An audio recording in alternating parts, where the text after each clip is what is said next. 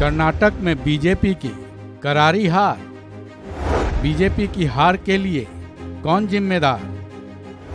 क्या ये 5 गलतियां पड़ी बीजेपी पर भारी? कर्नाटक में बीजेपी की करारी हार हो चुकी है। इस हार को कर्नाटक के सीएम बसवराज बोम्मई स्वीकार भी कर चुके हैं। जो निर्णय है हम उसका स्वीकार करते हैं और उनका जो निर्णय है वो गौरव भी करते हैं। बीजेपी के लिए इस चुनाव में पीएम मोदी का चेहरा भी काम नहीं आया। अब सवाल ये है कि तमाम कोशिशों के बाद भी बीजेपी जनता को अपने पक्ष में करने में सफल क्यों नहीं हुई? बीजेपी ने चुनाव के वक्त किन पक्ष की तरफ ध्यान नहीं दिया? बीजेपी ने कर्नाटक चुनाव में क्या गलतियां की जो उसे हार का मुंह देखना पड़ा? इस वीडियो में हम इन्हीं सारी बातों पर डिटेल में चर्चा कर रहे हैं।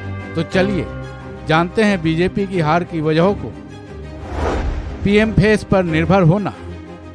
चुनावी रणनीतिकारों को पता है कि विधानसभा और लोकसभा चुनाव में काफी अंतर होता है। दोनों चुनाव में एक ही वोटर की सोच अलग अलग होती है। वो अपने क्षेत्र के नेताओं पर विधानसभा चुनाव में ज्यादा विश्वास करता है, न कि नेशनल लीडर्स पर। शायद बीजेपी इस बात को समझ नहीं पाई। पूरे चुनाव प्रचार के दौरान बीजेपी के नेशनल लीडर हावी रहे।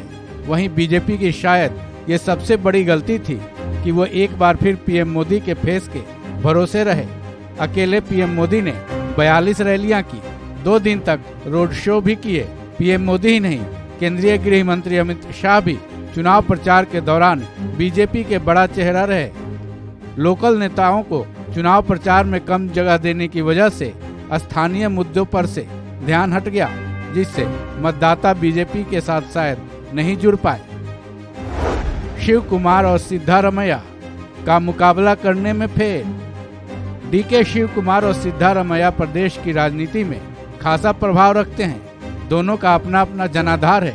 एक तरफ जहां सिद्धारमैया कुरुबा जाति के सबसे बड़े चेहरे हैं, वहीं दूसरी तरफ डीके शिव कुमार वोकालिगा जाति के हैं और उनमें उनकी पैठ भी गहरी है।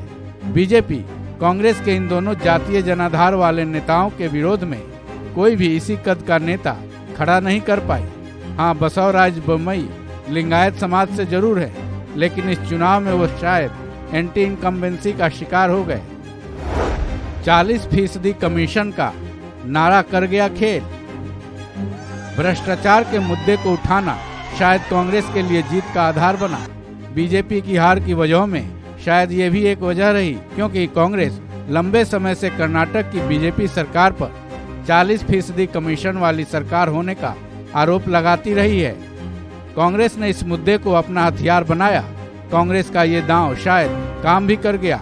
वहीं बीजेपी इन आरोपों से अपना बचाव करने में असफल रही। हालांकि पीएम मोदी ने कांग्रेस के खिलाफ 85% कमीशन वाली बात कहकर पलटवार करने की कोशिश तो जरूर की, तब तक शायद बाजी पलट चुकी थी। दलित वोटर्स को रिझा नहीं पाई बीजेपी। बीजेपी ने धर्म पर आधारित आरक्षण खत्म कर शायद बड़ा दांव खेलने की कोशिश तो की थी, लेकिन दलित वोटर्स को अपने पाले में करने में वो पीछे रह गए, क्योंकि कर्नाटक के चुनावी परिणाम कुछ ऐसे ही संकेत दिखा रहे हैं।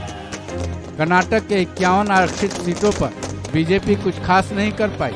इसकी एक और वजह मानी जा रही है, वो ये है कि ये माना जा रहा है कि कांग्रेस का शायद अहिंदा समीकरण काम कर गया। इस फॉर्मूले के तहत मुस्लिम, अनुसूचित जाति, अनुसूचित जनजाति और ओबीसी को एक वर्ग के रूप में एकजुट करने का कांग्रेस ने दांव चला था। हालांकि बीजेपी ने इसे तोड़ने की खूब कोशिश की, लेकिन शायद वो सफल नहीं हो पाई। लिंगायत समाज पर असर डालने में फेल।